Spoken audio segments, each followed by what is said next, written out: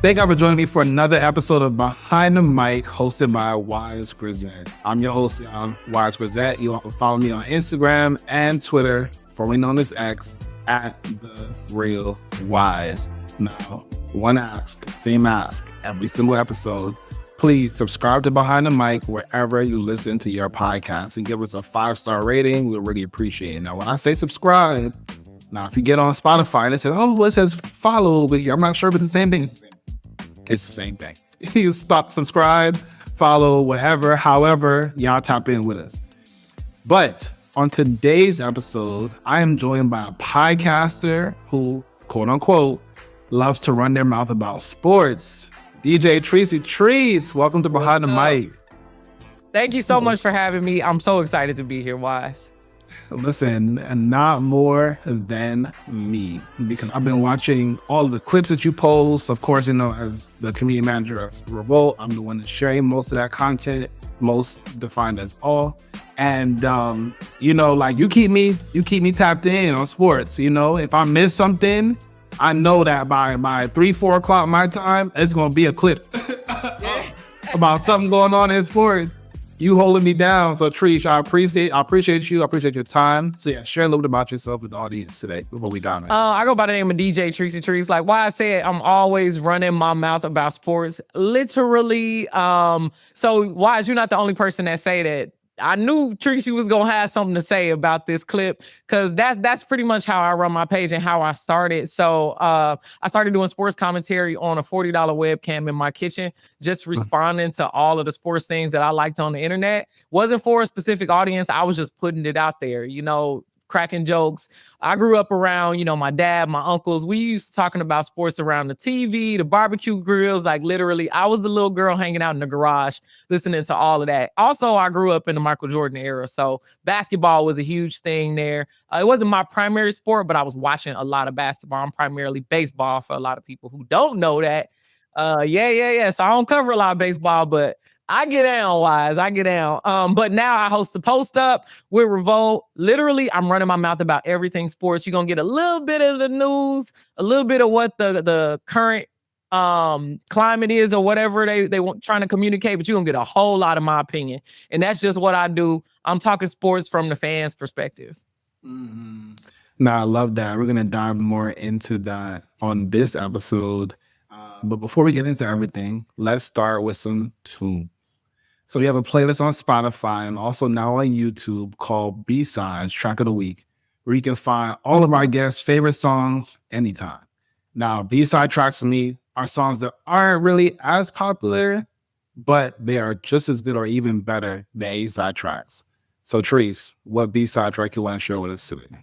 Oh, I got two, but I'm a whittle it down to one. I want to just give Cardi. Hit me two. Hit me two. All right, cool. Yes.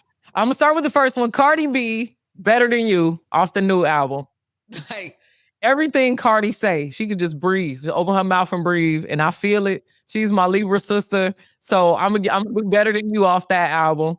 And then Megan Thee Stallion off a mixtape, Monday Morning Freestyle.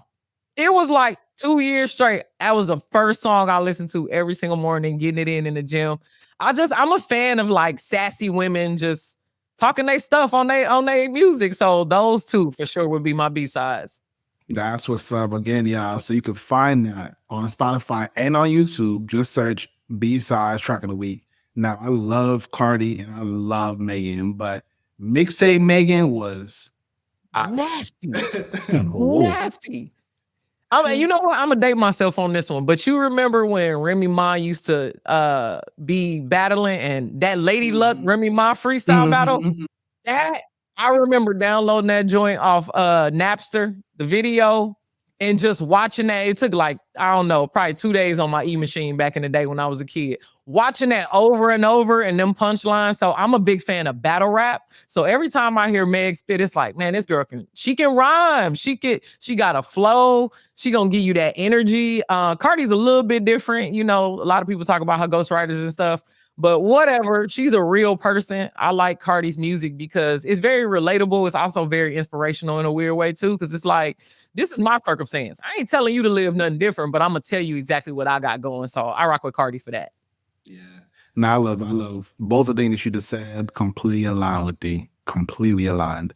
When I think about Cardi's like journey from like this, BS girl I used to see on IG from time to time to like where she is now, it's literally insane. Insane. Yeah, Stevie J, he was wrong. Stevie, he probably ain't never been this wrong before. Like all of them on Love and Hip Hop who said she wasn't gonna make it. Like that is probably one of the worst takes in hip hop history, just because Cardi has really like honed her craft. She understands what it's like to be an artist. Her promotion game, even with like that Bodega Baddie. I was hoping I was in New York at the time just so I could pull up at a bodega. Like that kind of inventiveness, artistry, I think a lot of the times is not prioritized with some independent artists or, just with artists who are coming out in the popular main lane. So I love to see that Cardi is still in the big lane now and she's still doing those small things. Same with Meg. She dropped a video for everything. There's not a lot of artists who are putting a lot of leg work in there. You don't really have to nowadays, but they still doing it. Well, now we know a little bit more about you in front of the mic. Let's talk about the person behind the mic. So I have another question, but we're going to start right here. Yep. So you are from Chicago? I love this question. I'm technically a hybrid because, my mom is from Northwest Indiana. So the Gary, Indiana region, the 219, East Chicago, Indiana specifically. So I spent all my nights and weekends there, not because my mom and dad didn't live together, but because I went to school in Chicago. So I had an hour and 15 to 20 minute commute from the age of 4 years old all the way until I was 17 and went to college. Once I tell people that, they get me a little bit more. It's like, I've been getting after it since I was a kid. Like I knew that I was special. Something was going to happen. I was excited to live, to be alive, to experience different things. Like I rarely even slept because I'm like, I don't want to miss out on nothing. Like I was that kind of kid. So I got a lot of the Chicago. I act like a lady from Chicago. And that's what be getting a lot of these men confused. Like 84% of my audience is guys. And I think once they get it, they understand. Because I act like a lady from Chicago, but I got those Indiana roots, if that makes sense. So it's like all of the caps and you know what I mean? Like even women talking about sports. It's a lot of women in Chicago that they look like a whole different gamut of what a woman who follows sports would look like. One of my actual college basketball insiders, I mean, Diva, she's out here going to brunch, doing all the things, and she will hit you with some hard-hitting facts that you didn't even know about college basketball, as well as she is so well connected with different agents and different things. So, my mannerisms, a lot of my behavior is Chicago, but I still got that hometown feel. I also went to Purdue in Indiana, so I got a mix of both on a daily basis. Wow. I haven't said this all season yet, but I love Behind the Mic because you learn so much about the podcasters and creators that you work with every day, and I didn't know that. So that's what's up. Thank you for sharing that. One thing I know about Gary is that Gary get Lil Buck and Michael Jackson from out there. That's all I. Yeah.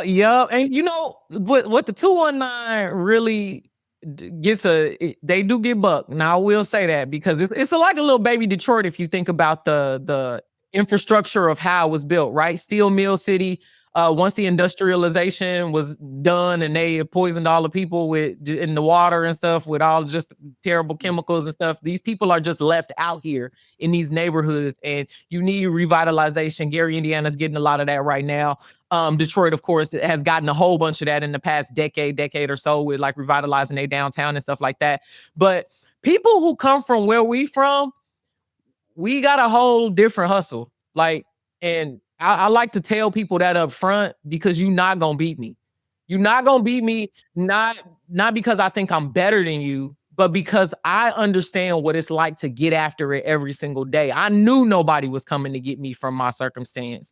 My parents, they invested in private school, not because they was balling, but because I was a kid who was young and showed that I had a predisposition for, learning and being inventive. And I was a kid entrepreneur. They sent me to entrepreneurship camp. Like all of these extra things, my family risked everything for because they knew that if they planted the seed that I would continue to take it, right? So people like us, you saw Dana Evans from the Las Vegas Aces. She just second-time champion. I'm not shocked because when you come from where we come from and you see the opportunities and avenues and you pretty much see the pipeline of where your life is going to go.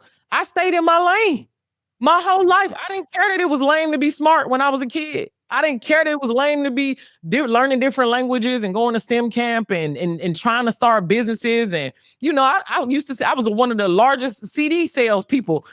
When I tell you CDs, DVDs, man, I was flipping them joints. Literally. And that was just my version of starting business and stuff. And my mom was smart and wise enough to be like, yo, this is getting to a level now where you making hundreds of dollars a day. You know, this is federally illegal. And I'm like, I see the warning, but she's like, nah, you know, let's think of some other things that you could do. You know, let's think of some other ways that you could use this energy. So that's why I see the pitfalls. A lot of people have some ideas of what inner city youth, you know, is doing and all the things that kids in Chicago. I went to school on the west side of Chicago. I done seen some rowdy stuff over there too. So I got the Gary, I got the west side of Chicago, right? But it's only because that energy is not focused. I could have took this every way. You know what I mean? I could have over invested and become obsessed and all of these things, over ambitious in so many different ways. But I was lucky enough to have parents and then a support system that they, you know, paid or arranged for me to be put in where everybody believed that I could do everything.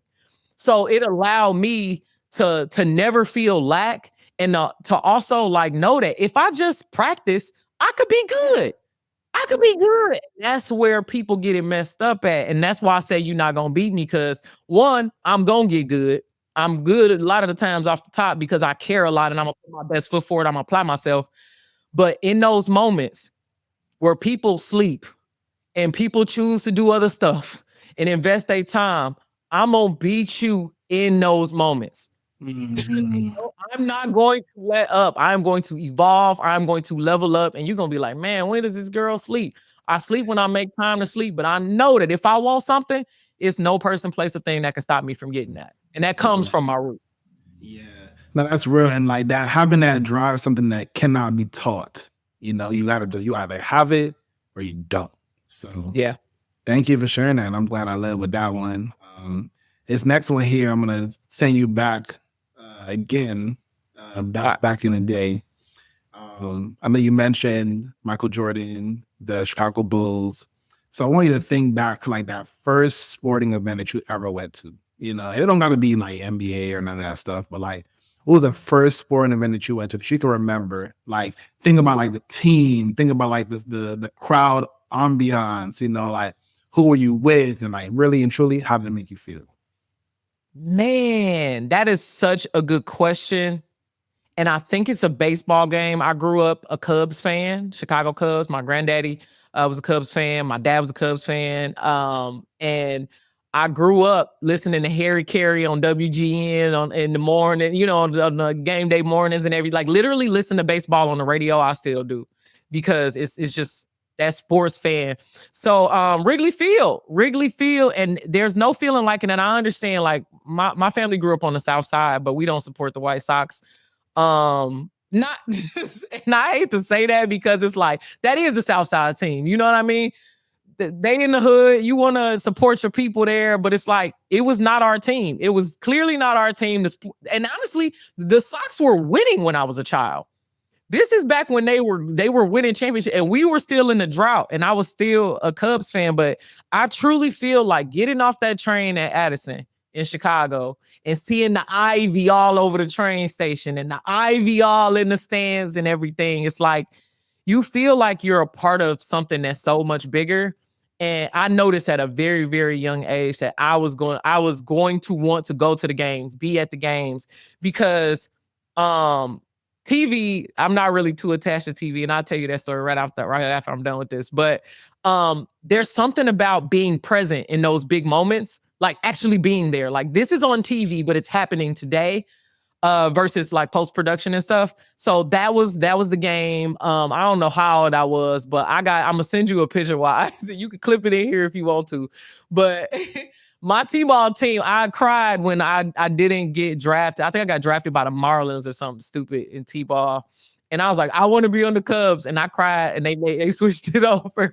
Oh, wow. So I got my little proud picture of me of my Cubs gear back in the day. But segueing into that thing that ruined TV for me.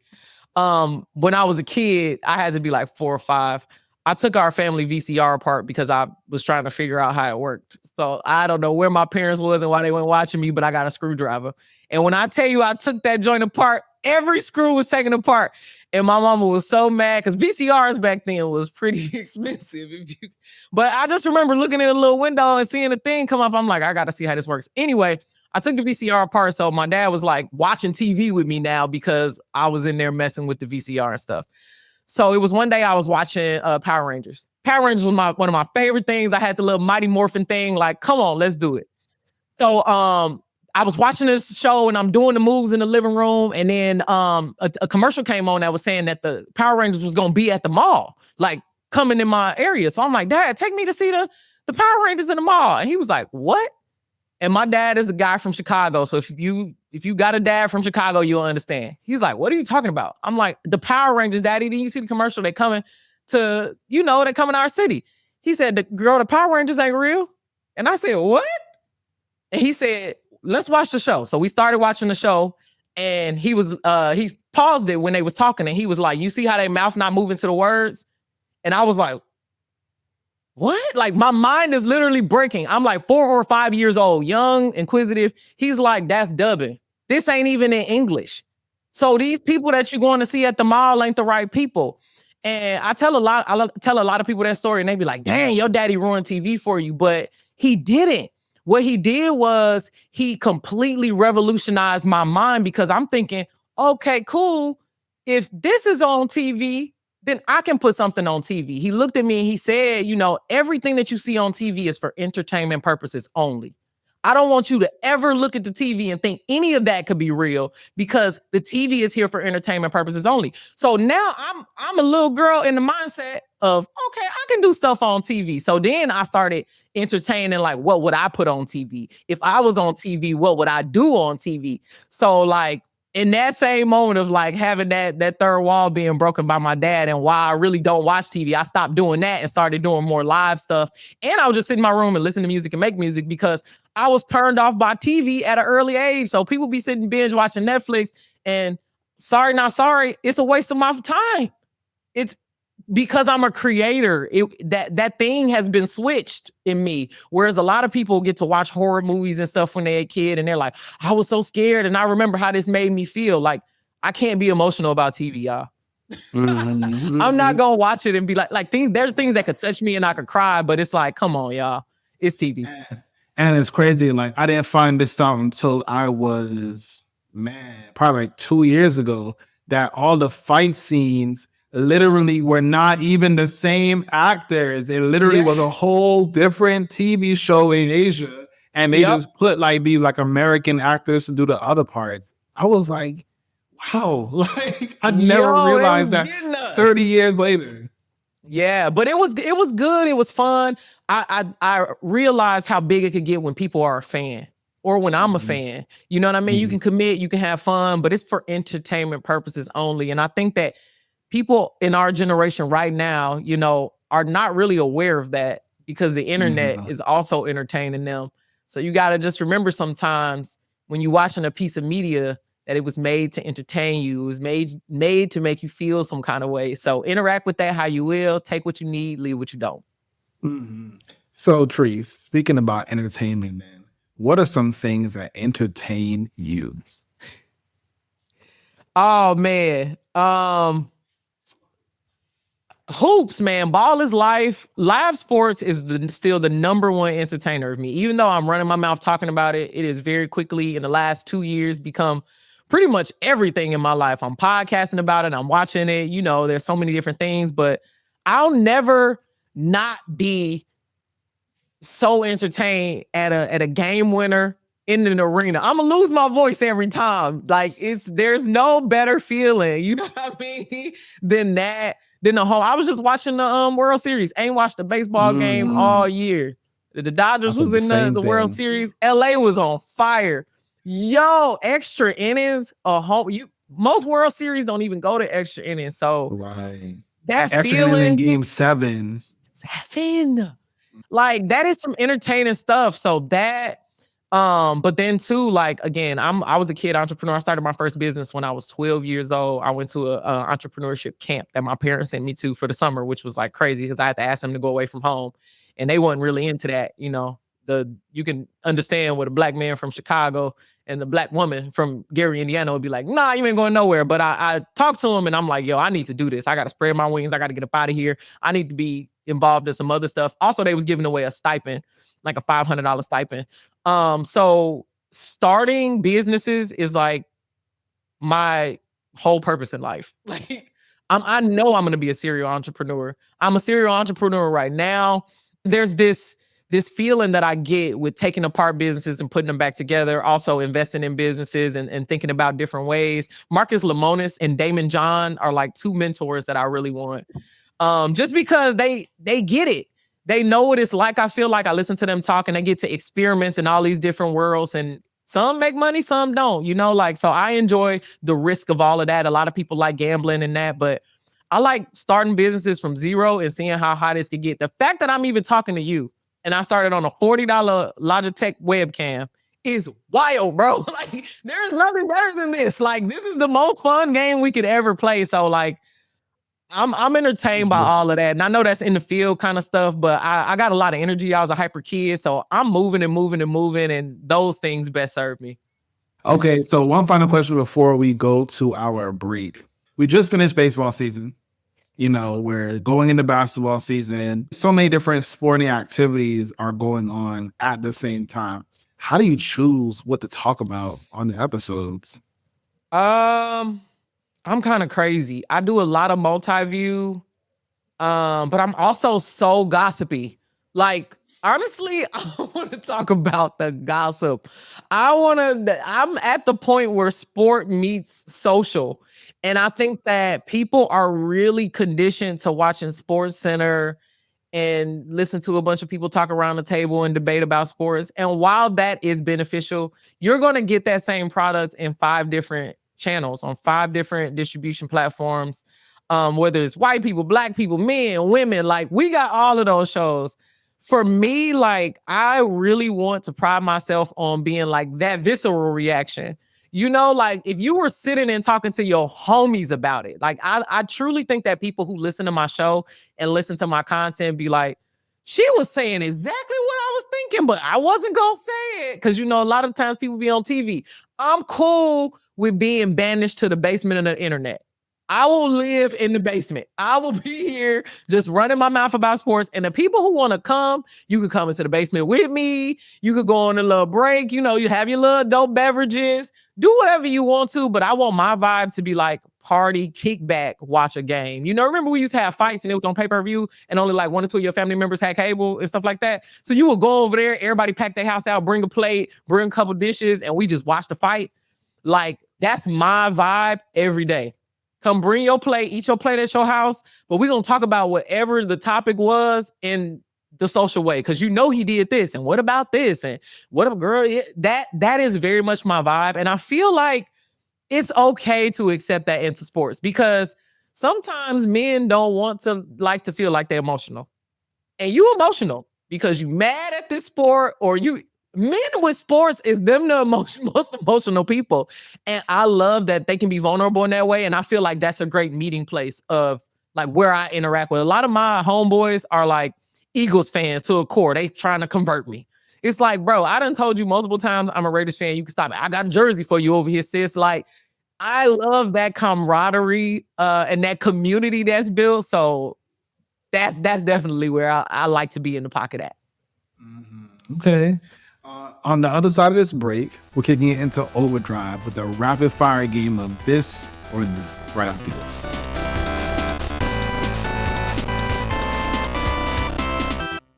And we're back, y'all. Thanks for sticking around. Like I said before, we're about to jump into a quick game, a rapid fire game of this or that. Tricey, are you ready? I'm ready. Cool. All right. So we are starting in 3, 2, 1. Lakers or Bulls? Lakers. Okay. You need 1 bucket. Paige or Rakia? Rakia, never bet against the squad. Post-game interviews or sideline in-game interviews? Post interviews. That sideline is loud, y'all. It's real hard. Okay. WNBA or Unrivaled? I would have to say WNBA only because all my OGs there, but I love Unrivaled. Sparks or Stallion? Sparks. Come on, man. Basketball or football? Basketball. Okay, we're done. All right, Cool. I should have said basketball or baseball, but I didn't know beforehand. Yeah, man.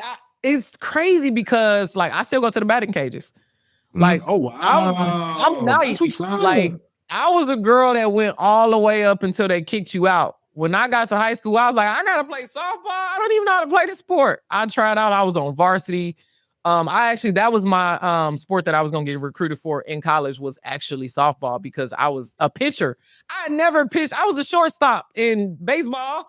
I got the softball. My coach taught me Phoebe rules. Shouts out to Coach Phoebe. She taught me how to, she was like, oh, you got an arm. Taught me how to do the little rotation. Man, I used to be striking them girls out. They would hit the ball. I would slide and catch a fair ball. Man, I was so sassy, especially in my softball game because I was used to playing with guys and like almost striking out for real, like basically just happy to get on base. And I was literally in the park home runs. I hit that joint so far, had them girls go running for that ball. I around the bases, be talking smack. Like that's my sport. Yeah, I gotta pull up the footages and throw it in the episode. I wish the internet was around. I already checked to see if my basketball stats is still up on Max Preps. I was nice in basketball too. I was averaging actually more rebounds than points, which is crazy. But I was this size in high school, so that kind of makes sense. I was more of a 4. But now that I'm grown, I be playing against grown women, and it's like, dang, I'm a point guard because they big and I don't got no guard skills, but I be hooping every morning. So if you catch me outside, I got you. Hey, okay. So before we end this episode, what's the one thing that you want people to know about you that they wouldn't get from listening to the podcast? Man. I'll start with this. I'll give you a little bit of self-awareness as my thing that I want people to know about me. I think people think that I only care about myself, and that's true, but in the most positive way. Like I have the awareness that other people are around. I create space for people to be their individual selves. But I expect to show up authentically as myself and be given that same amount of leeway of being yourself. So it's like, I'm completely in my lane. So if there's ever a person out there who's like, oh, she's doing this to spite me, like I don't even think about other people. I'm so committed to my purpose. I'm having the time of my life. Everyday wise, my best days are always ahead of me. So, sometimes I think people can get that and be like, oh, well, she's just obsessed with her show and her little businesses and all of this stuff. But it's like, tell me about yours. Tell me, I'm everything that I do is I'm showing you that I can do it because you cut from the same cloth. I want you to be just as encouraged about yourself as I am about myself. I think I'm the best. You should think the same. I think that I always rate myself as a 10. You should do the same. I'm going to always challenge myself to be better. You should challenge yourself to do the same. So it's like in the same breath that if people are giving me these judgmental things, oh, you seem confrontational. It's like, I'm not confrontational.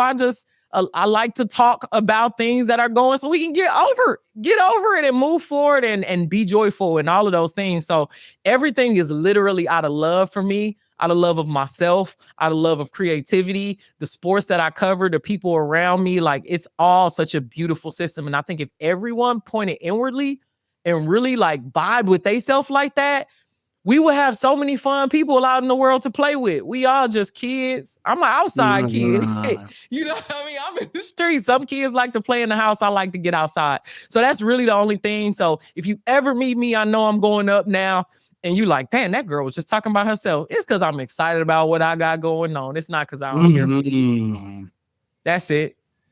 Man, that's a word. That's some word. Those some words, right? Those are words because I feel like a lot of people are not self-absorbed enough and spend too much time like trying to point the fingers at people that are actually doing the work. Yeah. Thanks for sharing that. And Tricey, again, man, thank you for coming on to Behind the Mic. Before we leave, please let the audience know where you can find you on social media. You can find me at DJ Tricey Trice on every single platform. Just type that in. That's at DJ TRICEYTRICE.